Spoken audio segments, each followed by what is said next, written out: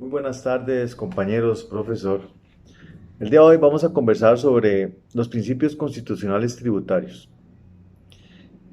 Iniciando, es importante comprender y entender que la justicia tributaria se divide en principios materiales y formales. Iniciando con los principios materiales, podemos decir que en Costa Rica estos principios no están expresamente plasmados en la Constitución política, donde los únicos principios que se encuentran bien definidos son el principio de reserva de ley, de generalidad y de igualdad.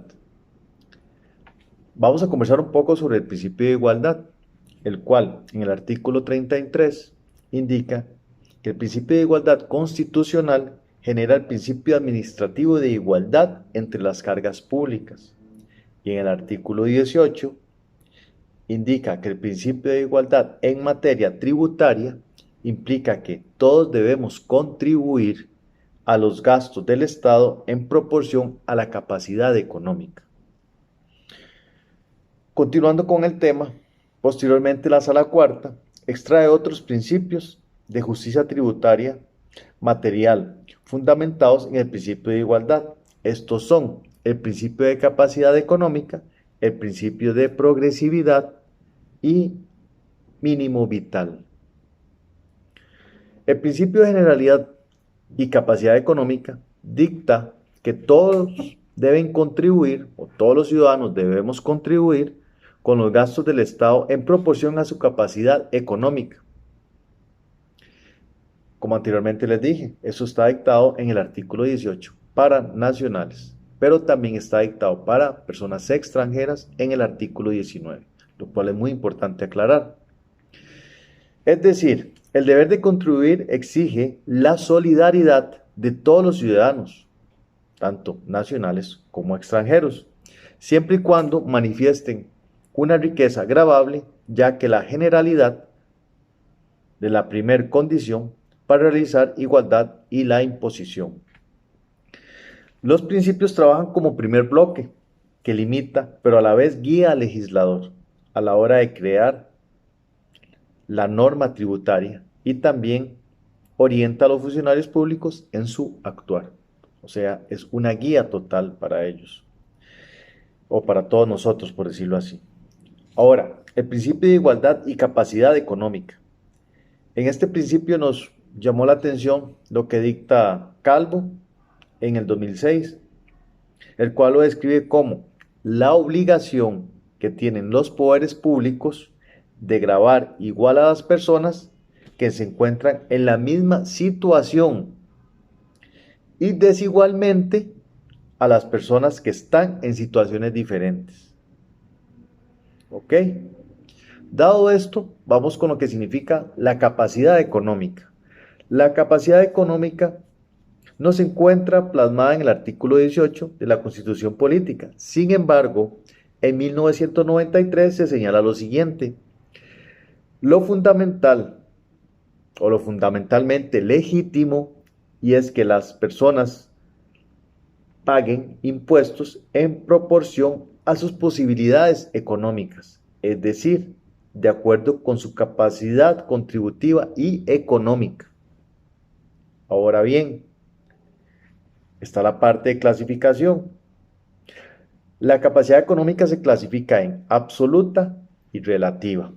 En cuanto a la capacidad absoluta, según Kirchhoff y Coles en 1998, nos indican que es la razón de ser, es decir, fundamento que justifica el hecho mismo de contribuir.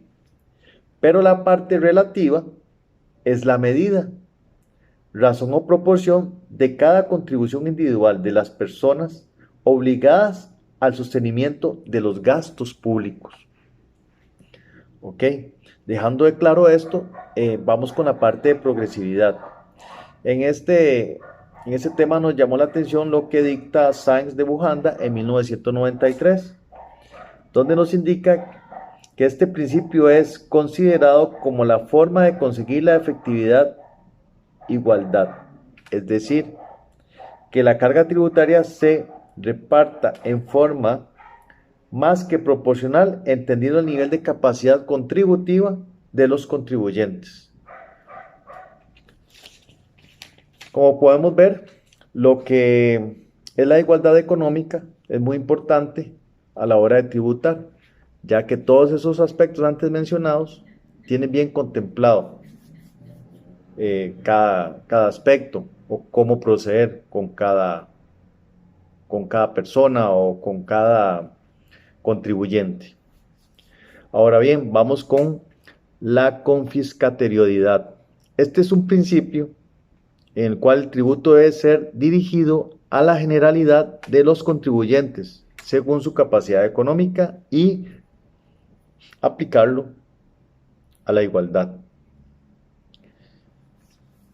Y con respecto al mínimo vital, ese está contemplado en el artículo 57 de la Constitución Política, donde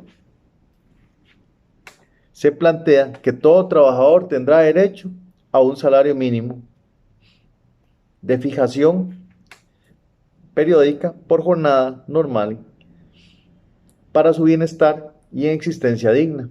En este caso es que este salario mínimo o como existencia no puede ser objeto de gravámenes o alguna otra cuestión. Ahora, hablemos de los principios formales de justicia tributaria. También buscan regular los procesos establecidos en la ley.